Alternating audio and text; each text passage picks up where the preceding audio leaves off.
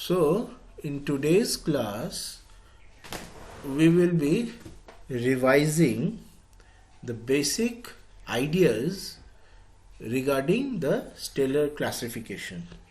Well, we have already covered this topic in previous lectures, but I thought maybe it will be a good idea to revise the important concepts, and this will help you familiarize yourself with the important physics involved, right?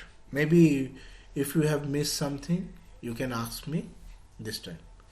Okay, so you see, we are talking about the stellar classification. That means the classification of stars. So when you look out into the sky at night, and if it is very clear out there, then you see it is possible to see around 3000 to 5000 stars using the naked eye. And what do you see with the naked eye in the sky? You can see various types of heavenly bodies. Not only stars are there, but also planets, comets, the interstellar dust, meteors, and many other heavenly objects, right? Although our faint eyes cannot detect, but even black holes which do not emit light at all, and even neutron stars, white dwarfs, red giant stars, and many other things are there. Okay, so many things are there. Now we have to identify those things and then classify them based on the basic laws of physics that we have learned so far in our journey, right? For you, it will be journey from school to college to the university. For me, same and beyond university. Now, when we are doing the classification, what we are going to do is just we are going to observe the heavenly objects. For now, let me talk about the stellar classification. That means stars. Now, you know the nearest star is Sun, and after that Alpha Centauri, right? And you also know how hot the stars are. We do get the feeling in summer, we always complain it is so hot. So it is just impossible to go near the sun and measure its temperature or other features. So what we are going to do, we are just going to sit back in our chair, observe whatever is coming from the stars using various instruments, and then we will use our physics laws to decipher the information and make sense of it. And this is how we are going to classify the heavenly objects. Now, the most basic classification, what can it be? Well, of course, if you look into the night, you will see various types of dim lights. So the most basic classification should be based on the apparent magnitude. That means whatever should be based on the apparent brightness. Hello. So as I was saying, the most basic classification or grouping should be based on the apparent brightness. That means whatever we are observing from the stars, and from that we can get a one-dimensional plot based on the apparent brightness. And then if we do the analysis of the light observed from one particular star, and I will talk to you about it, we will observe the stellar spectra, and then we can get an idea about not only its luminosity but also its temperature. Then we can do a two-dimensional plot and thereafter get a grouping of all the stars in this two-dimensional plot of luminosity versus temperature, which is the HR diagram. Okay, so now with all that being said, let us start. So, well, the first thing that we are going to do is let us talk about the distance of the stars from us, how far they are, and how are we going to find this distance. Now, of course, we know that they are tremendous distance away from us. Just take your sun as a typical example. And as I will talk to you in the later lectures, we will discuss about the source of this energy inside the star. So what is the source? Is it the gravitational collapse, or are there some chemical reactions going on? We will explore these ideas, and after all that, you will see, you will be able to convince yourself that no, not these two, but instead it is the thermonuclear reactions which fuel the stars. Okay. Now, you see the distance, measuring distance to the stars is not very simple when you compare the luminosities or the light which is emitted from the star. Why?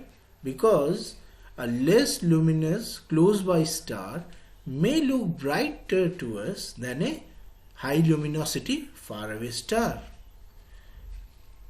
Okay, so this is a problem. Now, one of the most straightforward way of measuring distance to the stars is by using the effect of parallax. Well, we know about this thing, but since I am talking about the stars here, we will be talking about stellar parallax. So basically, we are going to measure the distance by looking at the apparent change in location of star due to Earth's actual change of location as it revolves around the sun. Look at the picture. So this is the nearby star. We have to find the distance from this star to the Earth. Right now, what we are going to do, since the Earth revolves around the sun over here, so if we take the different measurements, angular measurements at the two different positions, then using the parallax method, this we can find, we know this distance, and if we know this angle, then we can get out this distance. Okay, so this is the basically how the stellar parallax works. Now, in this regard, we have to know that this unit of parsec is very important, which is basically the distance of a star with a parallax of 1 arc second, and it corresponds to 3.26 light years. Okay, now this I have just shown you. So you see here these two pictures. So a star, a particular star, when it is seen in January, it is at this location, and seen in July, its location is somewhat different. So see, from here to this place over there, there is an apparent shift, and you can measure this using your telescope. Okay. Now, so yes, so these are the two very different positions of the star at a gap of approximately 6 months or so, and then you can get this parallax from the telescope, measuring telescope. Okay, now note that closer the star to us, the greater is the parallax angle. Had it been over here, the angle would have been lesser. And you should also know that this distance from Earth to Sun is approximately 1 astronomical unit. This is how we call this distance. Now, well, as I have told you just now, it is convenient to measure the distance during this stellar parallax technique in parsecs, which corresponds to 3.26 light years.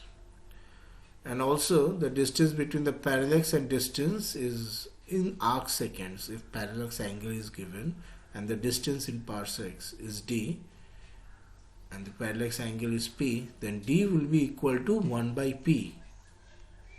These are the basics in astronomy actually. Now what we will do, from astronomy we will start, and then we will move to the physics part of astronomy, which is our astrophysics. Now, the problem is that, you see, the parallax angles smaller than this 0.01 angle arc are impossible to be measured on Earth. There will always be a limiting instrumental limit below which we will not be able to measure properly. Along with that, there are several other hindrance factors as well, which also cause the problems. Now, most stars in our galaxy, unfortunately, are very far away from us to be measured using this parallax method. Of course, we can use this method for the nearby stars, but they are quite less in number. Now, in this method, you see, once the star is identified as a certain type of star, I will talk to you about it later, the brightness of this star is known. Then this apparent brightness can be compared with the predicted brightness. This technique we will just talk about in a few minutes. And then as a result, we will get the distance. Now, from this brightness, we will introduce the concept of luminosity. You see here, this is a person looking at those stars.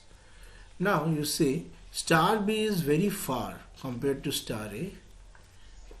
However, the observer sees both of them to be of having equal brightness, although the intrinsic luminosity of B is much higher. Now this is because this object B is much farther from the person. So, stars A and B of different luminosities can appear equally bright to an observer on Earth if they are at different distances from Earth. So, let me now talk about this luminosity in general. Basically, it is the overall brightness of star measured in watts, and when I am saying overall brightness, that means total energy radiated per second in all wavelengths.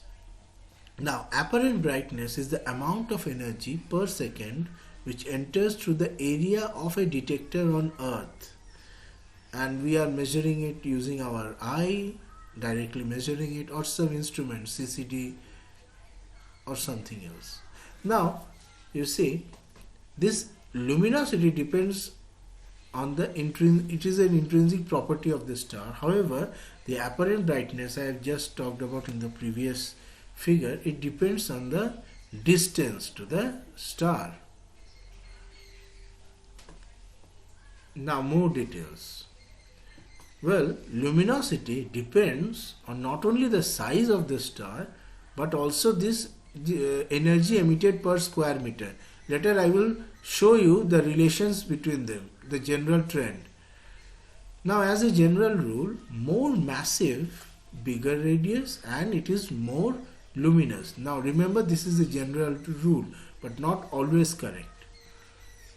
Now, luminosity decreases as inverse square of the distance to star as energy from star is spread out over and over larger expanding sphere. This is known to us.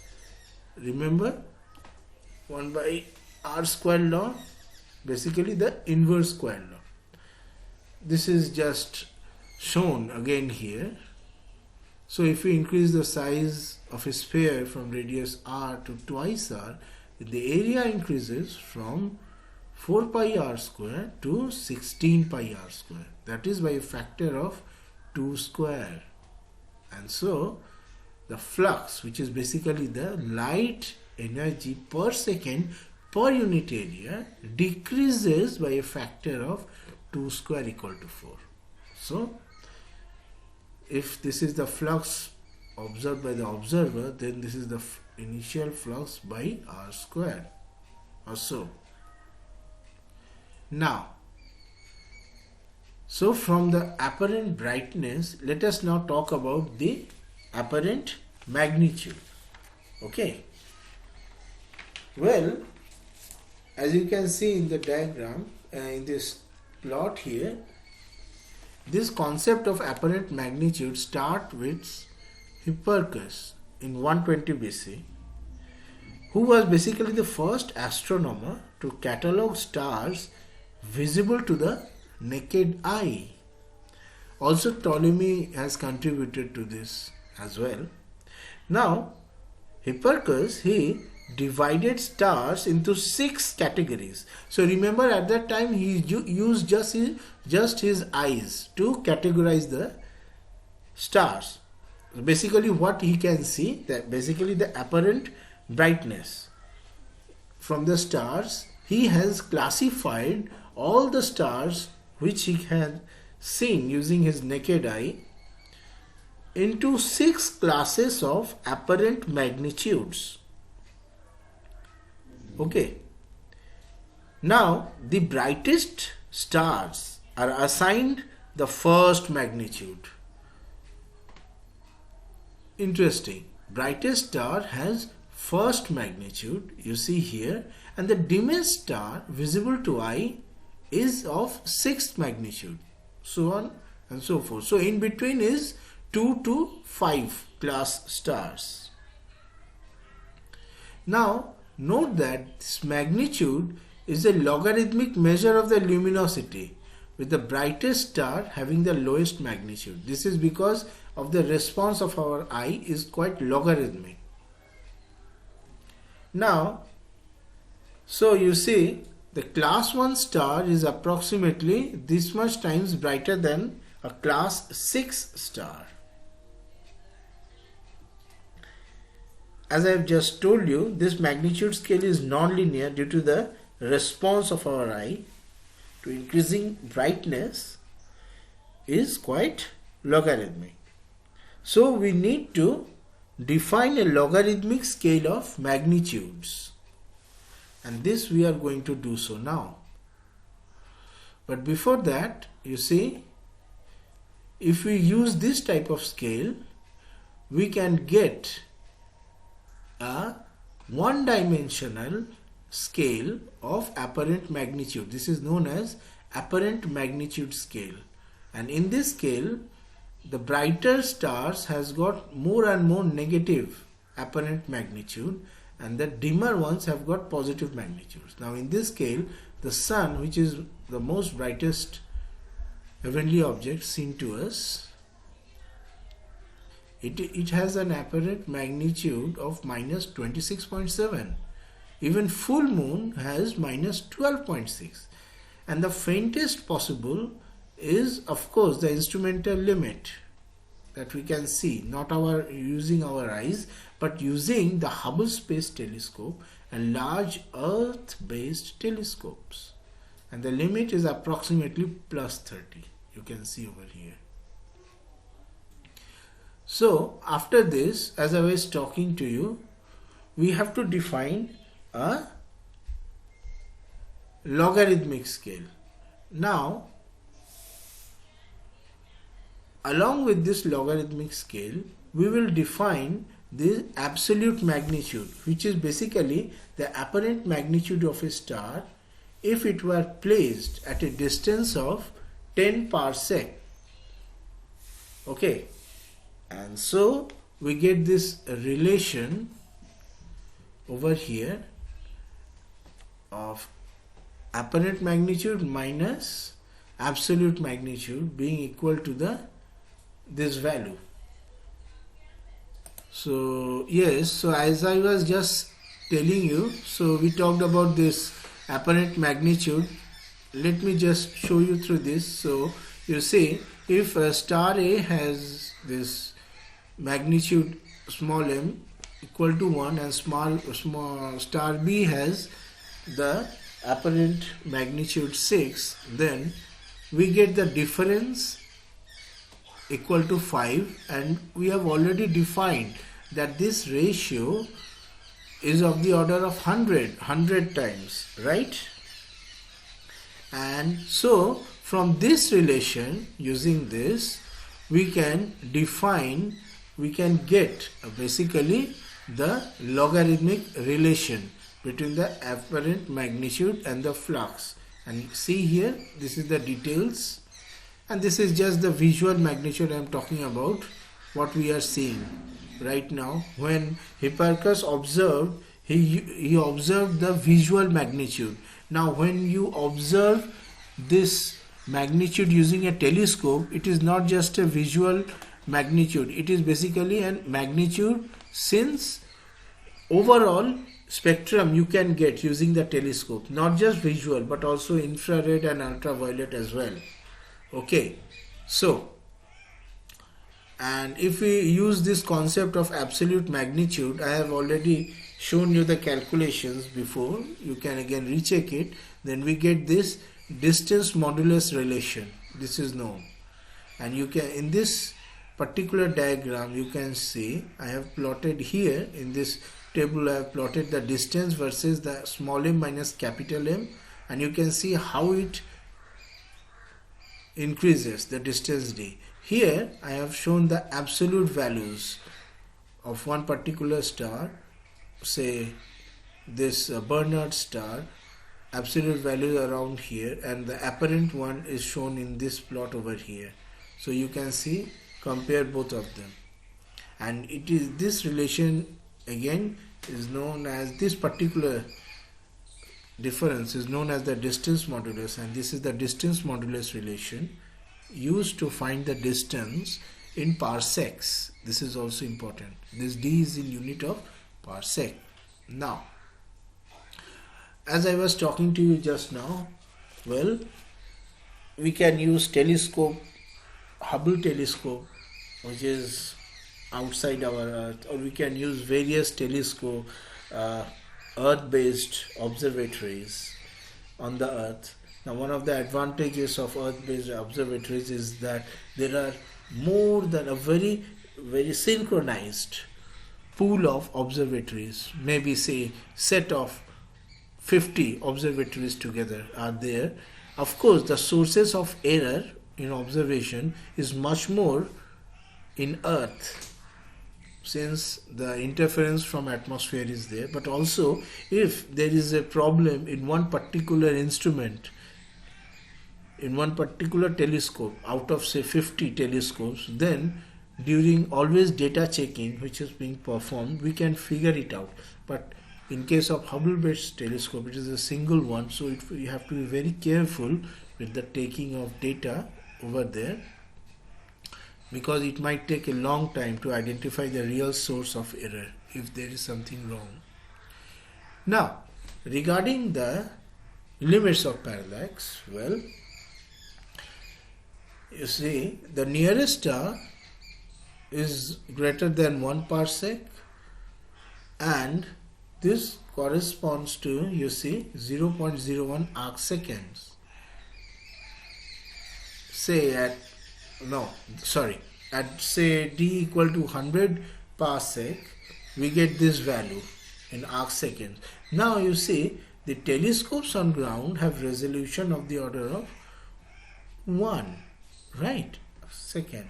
So this Hubble telescope has, and this Hubble telescope has a value of 0.05.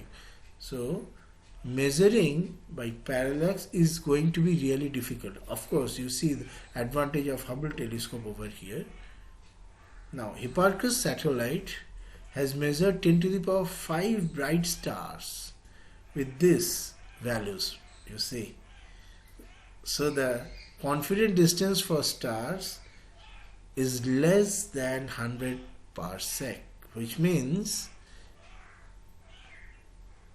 beyond that 100 parsec it is going to be very difficult using the parallax method. Okay, now so far we have talked about the apparent magnitude. Now let me talk about the spectrum or light emitted by the stars. Well, the blackbody radiation is the electromagnetic radiation given by what? Given by a perfect radiator. Now, we know that in general, the better an object is at absorbing electromagnetic radiation, the better it is at emitting it. So, a perfect absorber should be the most efficient radiator. But at the same time, remember, if an object is a perfect absorber, it will not reflect any radiation and will look black. That's why such objects we name as black bodies. Now, why are we talking about this? Well, since we are talking about the spectrum from stars, and the nearest star is our dear sun, so let us talk about the sun. Can we consider it as a black body?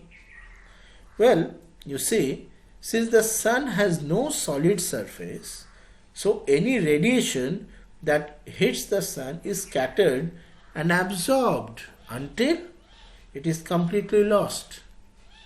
So what does this mean?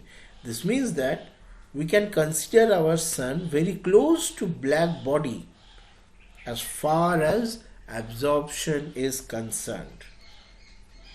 Okay, but what about being a radiator? What should be the problem? Now, there is the issue.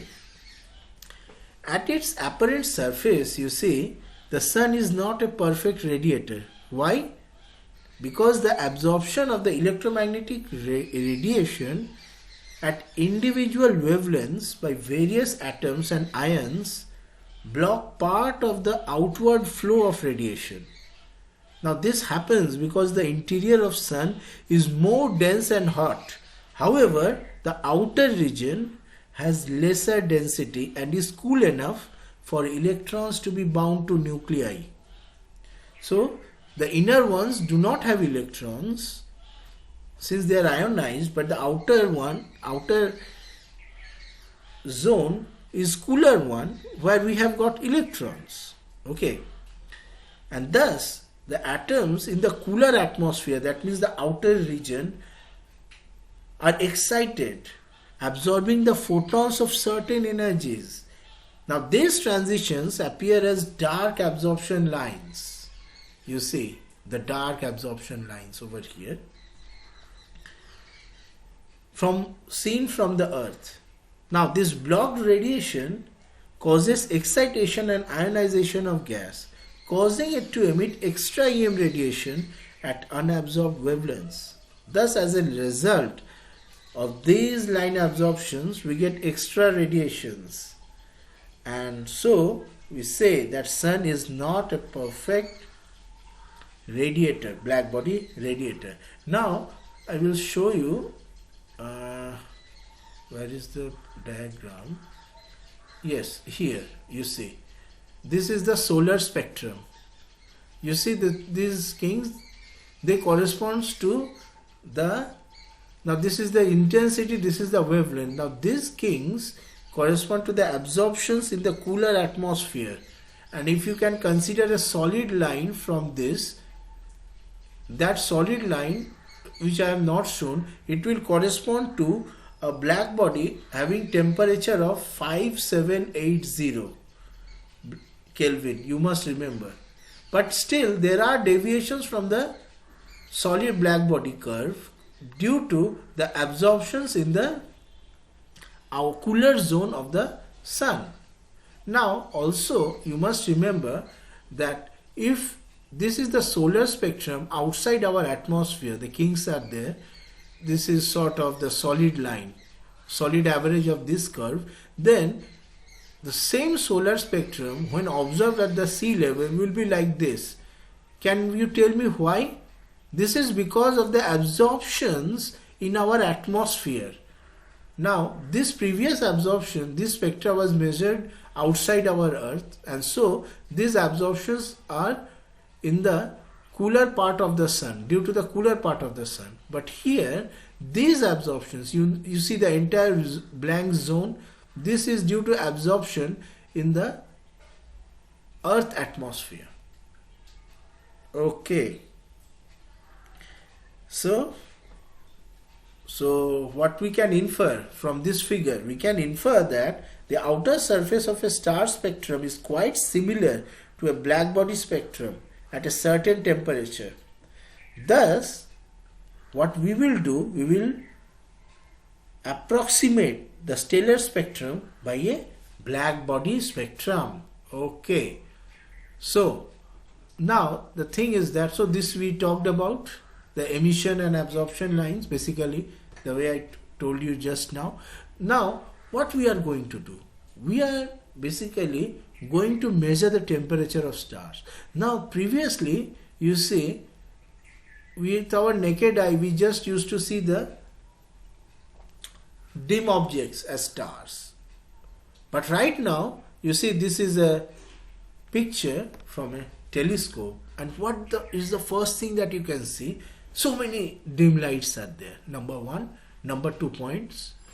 The dim lights are of different brightness. Some are quite more brighter than the other ones. Well, of course, it can be due to the intrinsic brightness of the dim light. That is, its luminosity is more, or it is more closer to us. And the third very interesting thing is, look at the color of the objects. You can see various colors. Now, just I have told you right now, since we can approximate a star's spectrum by a blackbody, okay, then we can use our famous Wien's law, and which tells us that the color of the hot object emitting the spectrum is determined by the temperature. So this way we are going to correlate temperature with a stellar, with the star. Now when I say temperature correlate with the star, I mean to say the outer layer of the star, outer surface. What the temperature is at the inner zone, this we cannot estimate using this technique. We have to use some indirect other techniques as well. Now, so basically we want to measure the star's temperature from its color, and we know the Wien's law. This we have here. So we are going to measure the star's brightness at a number of different wavelengths, plot the E versus lambda curve, and then from this peak we are just going to say that this is the wavelength corresponding to the star. Now this entire discussion revolves around the fact that we are considering the star as a perfect black body, which is an approximation, you have to remember. Okay. Now again, Wien's law and the color. Well, you can see here, as the temperature goes up from here to here, it emits more and more light. So the y-axis is much more, and also the peak of the maximum emission moves to higher energies. In this case, shorter wavelengths. So the peak moves here. We know that. Well, now here it is also shown. So this star here, it looks red, and this one looks white, and this one looks blue-white, you see. So thus we know more or less that the color indicates the temperature of the surface of the star. Then we have talked about the solar spectrum, we also talked about it. Now normally what we do, we measure the colors by comparing the brightness of the star in 2 or more wavelength bands. Now these magnitudes of the stars are measured at different wavelengths, And the standard system is this UVVRI, ultraviolet, okay, blue, violet, red, indigo, and so on and so forth. So these are the various filters that we have shown here, and we can use these filters to determine apparent magnitude at different colors. So these are the different wavelength bands, right? Now it is important to note that this is the same way your eye determines color, but in this case the bands are different. Now the colors of stars, since we are defining like this, and we have the photographic plates with bandwidth spanning from ultraviolet to the visual spectra, the color index is this is how we define color index. The color index we define as blue magnitude minus the visual magnitude. Now this is one of the ways of defining the color. This is a technique. Now if we do so, then the ratio of the fluxes in two bands translate to a difference in magnitude or color like this. And it has been observed that the stellar temperature follows an approximate empirical relation. You see this T approximately 9K divided by this relation. This has been observed. Now we have taken this from the Hipparchus catalog. Okay. And also there are the sum of the, here you can see the magnitudes and temperatures for some of the stars.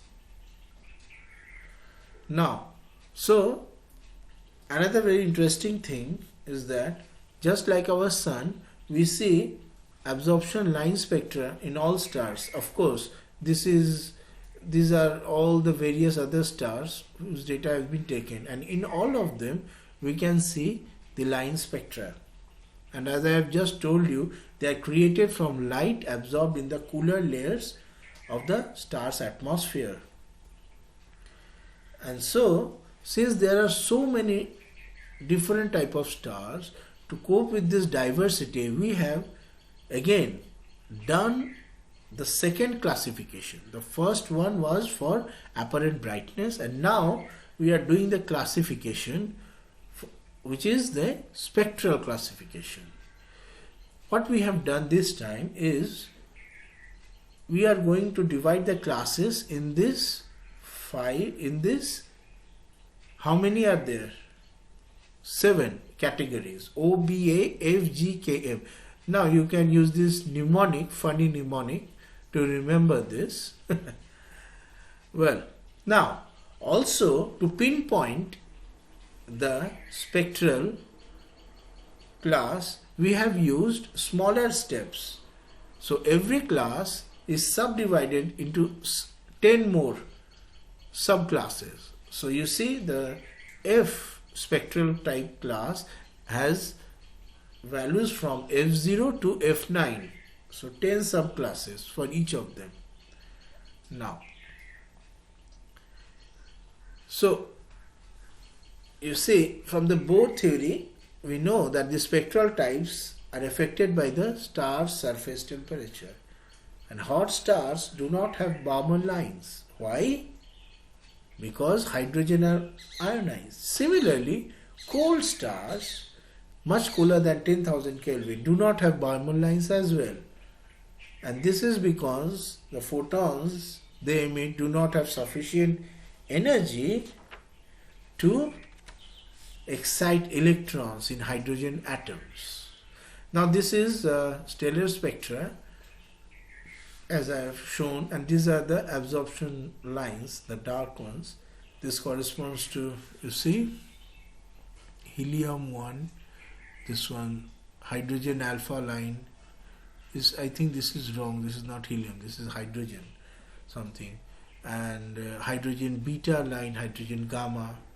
Well, we do know about this transitions. I am not going to talk about the details. Now these are the sum of the star spectral categories, and also these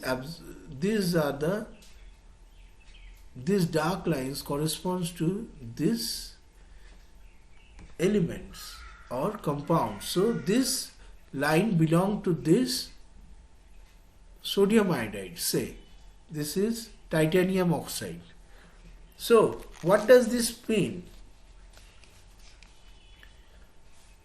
Well, as I have just told you, the stellar spectra consists of background along with various dark lines. Now, the intensity of the dark lines indicate the abundance of various elements to which the lines belong.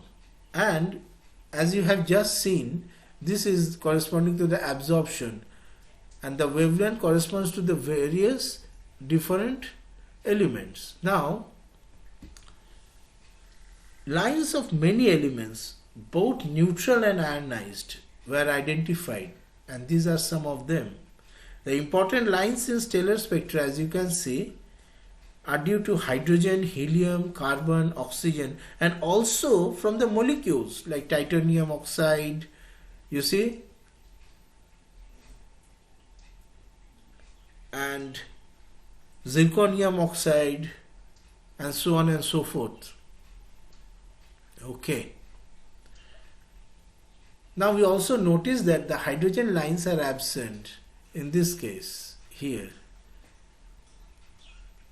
This one, again, which I just mentioned before, hot stars do not have Balmer lines, and again cooler ones are again absent since photons do not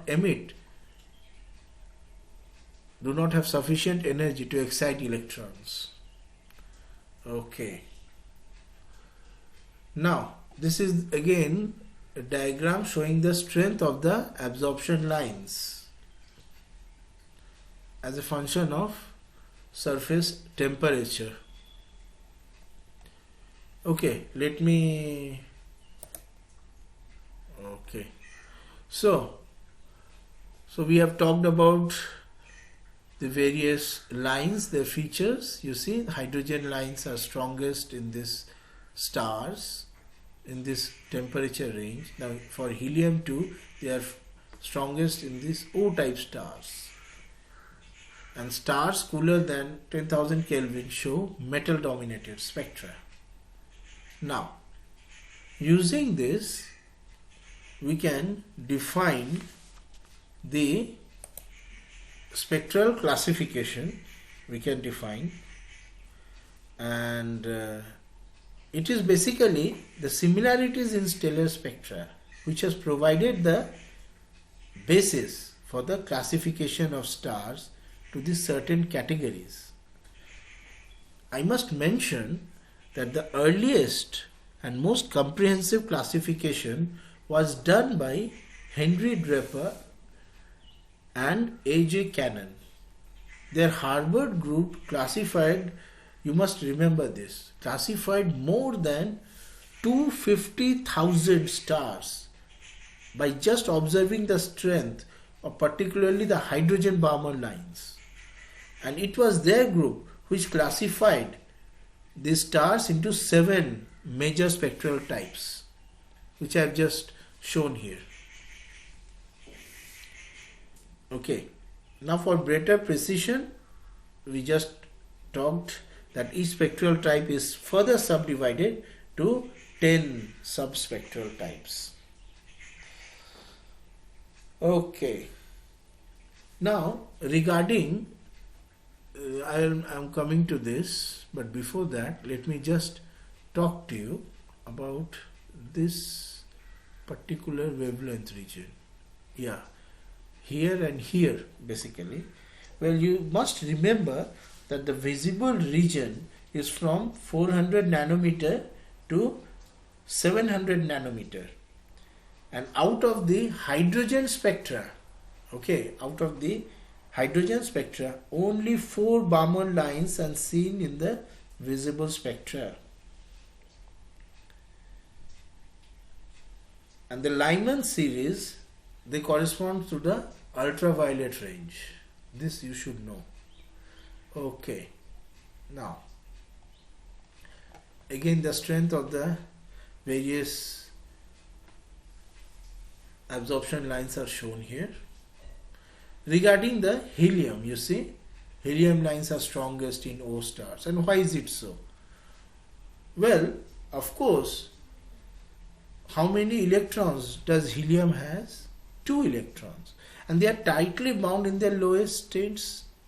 So helium absorption lines are seen in spectra of relatively hot stars with surface temperatures in the range of, you see, 11,000 to 25,000 Kelvin or so, something here.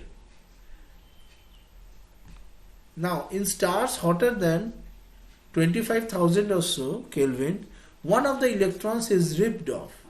The spectra of singly ionized helium is quite different from those of neutral helium. Okay. And so you can see O type temperature, this we have got ionized atoms, especially helium. And for B we have neutral helium. Hydrogen is over here, strong hydrogen. And these are the for other cases are here. I have shown the temperature. So this is basically the spectral classification, also known as HD, Henry Draper classification. And these are some of the examples of stars. Regarding titanium oxide, I would like to say that for titanium oxide, conditions are favorable to produce these spectral lines in stars which are very cool. Cool means which have surface temperatures lower than 3500 Kelvin over here. And there we will observe broad bands of titanium oxide. Okay. So now, till now we have used two properties of stars. One is luminosity, another is color or surface temperature. Now, as I have talked to you in the beginning, using these two, we can do the two-dimensional plot of luminosity versus temperature and get the HR diagram. So, as I've just talked to you, right, okay. So, as I was saying, you see the mass, radius, luminosity and temperature, they actually do not vary independently. And there are two major relationships. One is L with T, another L with M. Now this L with T, this we know from the Stefan's law. And this first one, L with T, this is the basically the HR diagram. And you see how we start. Well, now a star can increase luminosity by either increasing the radius or the temperature. With the constant radius, you see the luminosity versus temperature in a log-log diagram is a straight line like this. You see, it's a straight line. And stars that have the same luminosity as dimmer than main sequence but are to the left of them.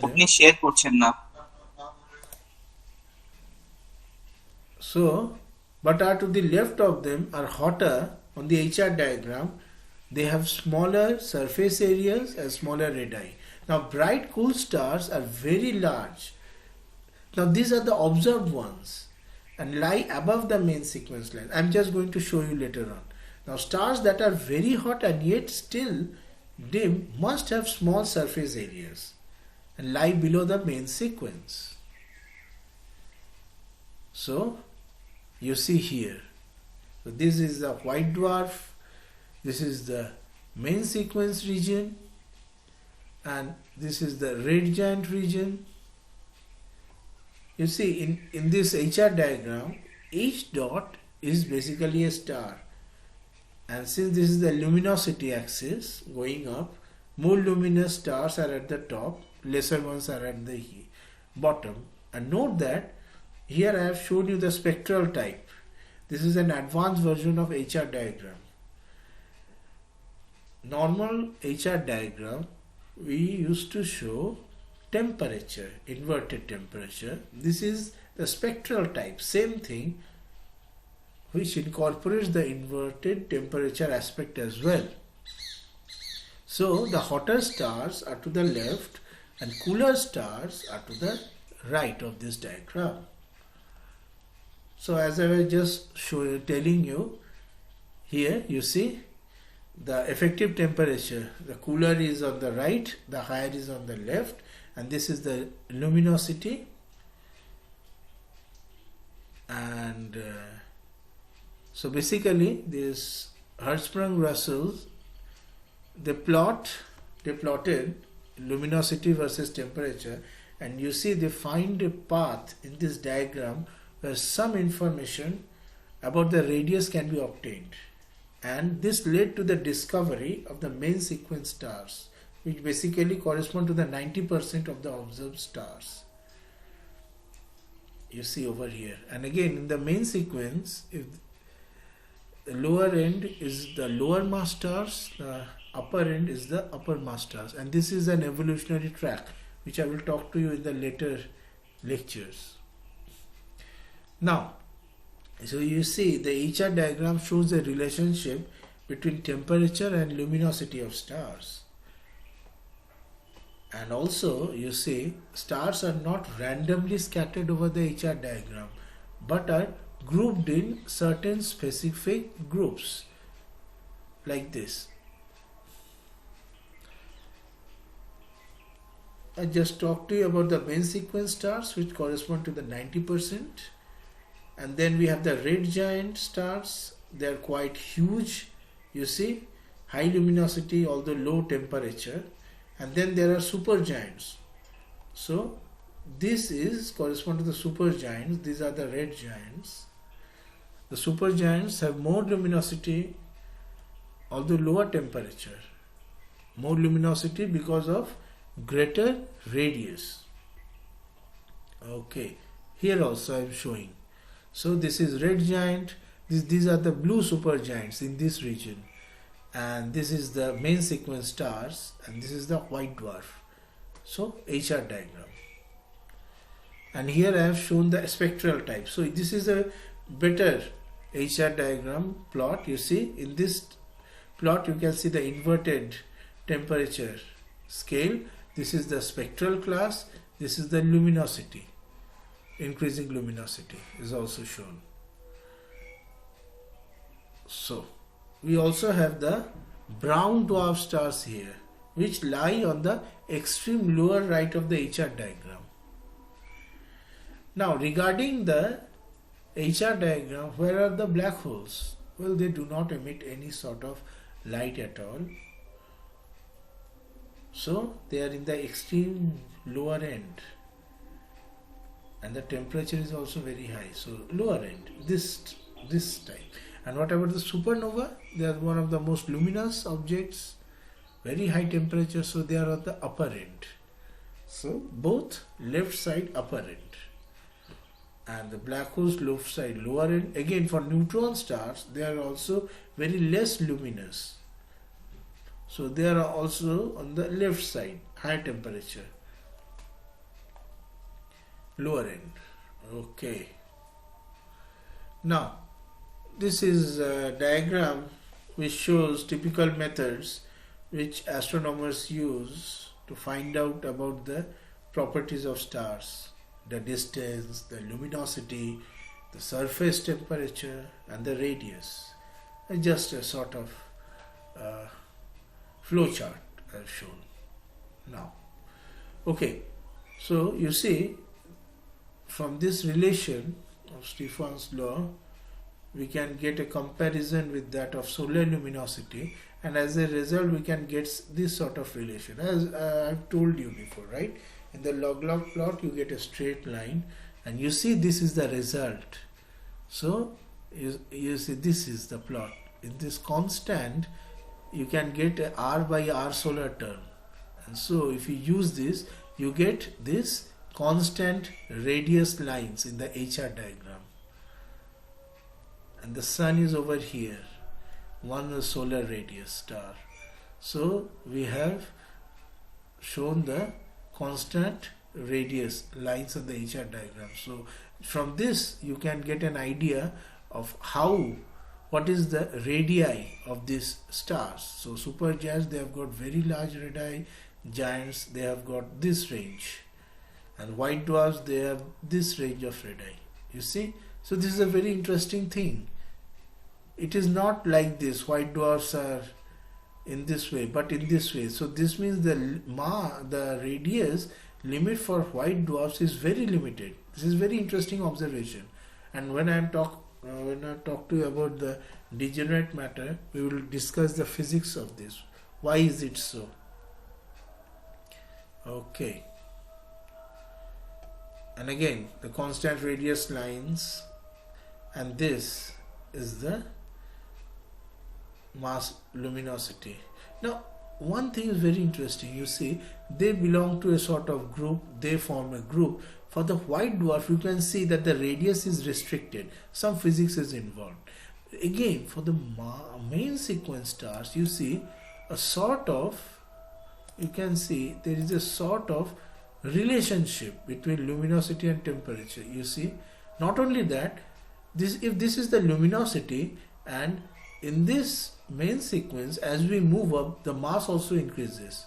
So this means there is a relationship between luminosity and mass of the main sequence stars as well.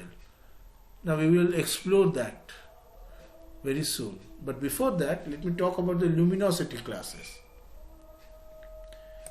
Yes, so luminosity classes and spectroscopic parallax. Now let us see how luminosity affects a star spectrum. Over here, you see, we are comparing the spectra of two stars. Now both have the same temperature, whereas one is a B8 supergiant, whereas other is a B8 main sequence star. What do you observe? You see the lines, one is more intense and also quite broad for this B star, main sequence star, compared to that of blue supergiant star. Why?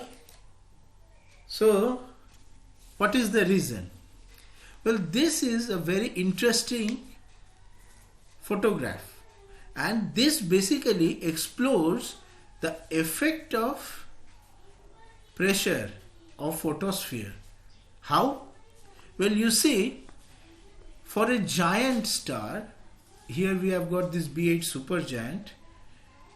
What does it has? It is a giant star, right? So this means it has a very large extended photosphere. Now since this is large, its atoms are spread over a great volume, which means that the density of particles in the star's photosphere is low. So what will happen? Density is low, volume is large, so pressure in this giant star's photosphere is also very low, and this affects the spectrum in two very interesting ways. You see, a star with a low pressure photosphere shows narrower spectral lines than a star of the same temperature with a higher pressure photosphere. Now this effect is due to collisions between particles in the star's photosphere. Why? Because the denser case, in case of the denser case, there will be more collisions, and more collisions will lead to broader spectral lines. Note that collisions will be more important in a higher density environment. বোঝা যাচ্ছে?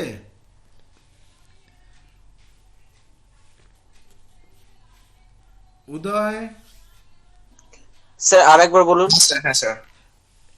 Basically, a giant star here volume is large, okay, and density is low. So as a result, pressure of the star is low. Now in case of low pressure, the collisions will be less. Collisions are more in a denser case. And remember that due to collisions of particles in the star's photosphere, the spectral lines become broader. There is another interesting way in which the spectrum is affected. You see, more atoms are ionized in a giant star than in a star like our sun with the same temperature, because the photosphere's volume is much more in case of the giant star. Now, the ionization of atoms in a star's outer layers, we know, right, is caused mainly by photons, and the amount of energy carried by photons is determined by temperature. But how long atoms stay ionized depend in part on pressure. So, compared to what happens in the sun, which has got a relatively dense photosphere, ionized atoms in a giant star's photosphere are less likely to pass close enough to electrons to interact and combine with one or more of them, thereby becoming neutral again. So, neutral atoms have, and note that neutral atoms have different spectra from atoms that are not neutral. Sorry, what I want to say is that ionized atoms have different spectra. Okay. You see here, I have just summarized the things. So atmosphere of giants have low density and pressure and hence produce thin absorption lines compared to the main sequence stars. Now, in luminosity, we can define luminosity classification, which is basically the classification developed that is based on these subtle differences in spectral lines. And when plotted on the HR diagram, these classes provide valuable subdivision of star types. I will show you just now the different luminosity classes represent different stages actually in stellar evolution. Maybe if we have time, I will tell you about this in our stellar evolution talk. Okay, so you see this is the luminosity classes: sun, main sequence, subgiants, giants, bright giants, less luminous supergiants, luminous supergiants. Let us take our sun as an example, which is a G2, okay, G2, so G0, G1, G2, G3, G and so on. So this is a G2 over here and V type of star, okay, so main sequence star. So this indicates the luminosity is of the order of this and temperature is this. Let us take another star which is Aldebaran, which is a K5. So it is around here. It is not shown over here. K5 and K5 3 star. So it is around here, Aldebaran. And it's, you see the luminosity 140 solar luminosity and temperature is 400 Kelvin. Okay. So now if we know a star's spectral type and the luminosity class, then combined with the HR diagram, it is possible to estimate the distance to the star. This is basically spectroscopic parallax, this technique. It is a very powerful technique. Now, irrespective of how far the star is, we can use this method to determine the distance. Note that we only have to know its apparent brightness and its spectrum. But also remember that this is not very much accurate, only up to 10%. Okay, So this is again a flow chart. আগেরটা থেকে better. Of course, yes, it is better, of course. But again, a lot of information is required as well, right? Now let us see another example for the star Regulus, which is a B7V. So over here B7V. V means where? Yeah, here, over here. And so from this you can get, from this graph you get the luminosity and apparent brightness we know, and so we get the distance to be of 25 parsecs. Now let us show you some more examples for this spectroscopic parallax. So first example, you see, for the same spectral type means same temperature, and same luminosity class means same size. And using this we can determine the distance by observing the apparent brightness or apparent magnitude and utilizing the HR diagram to assume the absolute magnitude. Okay, next we can determine the size of a star. Okay, so for the same spectral type means same temperature but different luminosity class. You see, using this relation we can estimate the magnitude, knowing that a factor of 100 in brightness corresponds to 5 in magnitude. So we can get the estimate of size. Now, very important part, which is the last part. I have told you during the HR diagram that as the luminosity increases, the main sequence star, then mass also increases. The question is, why do different stars have different luminosities and different spectral types? And interestingly, the key to this answer is the mass. Now we do know how to find the temperature, radius and luminosity of a star from its spectra. And now we need to find the masses in order to understand that why some stars are hot and dim while others are cold and luminous. And the most important part is stellar evolution. What happens when they grow old?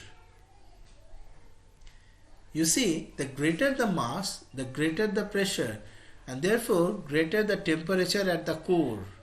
This makes the thermonuclear reactions to take place more rapidly, which means the luminosity will be more. However, this does not explain all the stars.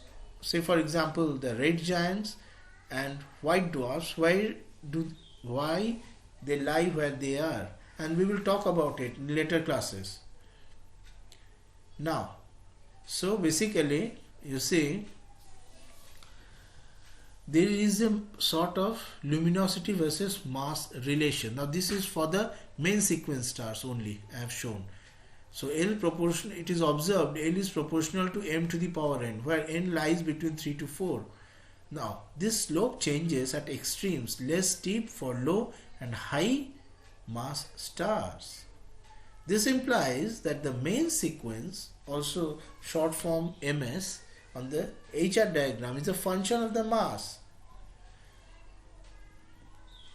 This equation which we have found just now, note that this applies only to the masses of main sequence stars in this range between 2 to 20 solar masses. However, for very bigger masses, stars having mass greater than 20, we find that the luminosity is approximately equal to m. So their n becomes equal to 1. Now these are just observations I am talking to you now. So if a considerable mass fraction of a star is assumed in stellar evolution, then the lifetime of a star is what? M by L, right? And you see, for these two cases I have just discussed before, this lifetime is like this. So for the stars having lesser mass than this, the lifetime scale says 1 by m square or 1 by m cube, but for the very high mass stars the lifetime is almost constant. So you see a sort of scaling over here, the mass of stars, 3 million. The lower mass stars, their age is much higher because of this 1 by m square or 1 by m cube. Okay, so what does this say? Well, so we just found that the stellar lifetimes depend on mass. Higher mass stars are bright and short-lived since they use their fuel quite rapidly, whereas the low mass stars are faint and have long life since they use their fuel slowly and efficiently. So this is the mass-luminosity relationship, actual data. You see the stellar masses in the HR main sequence, they have ranged from 0.1 to approximately 50 solar masses, approximate values. And this is another of the plot, HR diagram, and this one was L versus M. This is not HR diagram, this is L versus M plot, and this one is the HR diagram. Okay, and you see here I have shown you the spectral frequency, basically how many types of stars are there, so on and so forth, along with main sequence, others, how many type of stars are there. So end of road for us for today's lecture. But before I conclude, I would like to say that as stars evolve, their chemical composition changes due to the nucleosynthesis or burning of elements from one element to another, one nucleus to another, and as a result their track changes in the HR diagram, and this we will see in later classes. Now before I conclude, let me just talk about the same HR diagram, but not for stars but for human people. How does it look like? I've just shown you a very interesting thing. You see here I have the y-axis is the height and the x-axis is the weight, but it is not the inverted weight, both are increasing. And you see as our age increases, our weight increases, and after 50 or so, this depends, people get more and more conscious about their health and it slowly decreases. You see, and there is also a decrease in height. This is observed. Now this height weight diagram was for one person who we followed over their entire life. This is not for all, right? I am just showing you an example. Now how could we study the same height weight for people if we had to acquire all the data from people living right now? It would be very interesting. We could fill a single height weight diagram using lots of different people, and we should see a similar path. Okay, we can also estimate how long people spend on particular parts of the path by how many people we find on each part of the path. Okay, so it's just a interesting idea of a height weight diagram for people, quite similar to the HR diagram for stars. Okay, any questions? Students? আচ্ছা ঠিক আছে। হ্যাঁ sir, বলছি যে detector গুলো sir মানে এই লিউমিনোসিটি যেভাবে ডিটেক্ট করা হয়, তো ডিটেক্টর গুলো মানে কোথায় কোথায় পাওয়া যায়, কোন ইনস্টিটিউশন গুলো রাখে স্যার? মানে আমাদের ইউনিভার্সিটি রাখবে কি? Which detectors? ওই যে স্যার ওই লিউমিনোসিটি মেজার করে। Yeah, telescopes and all that. You can use a small telescope. We used to have one working previously, but it is not working right now. Okay.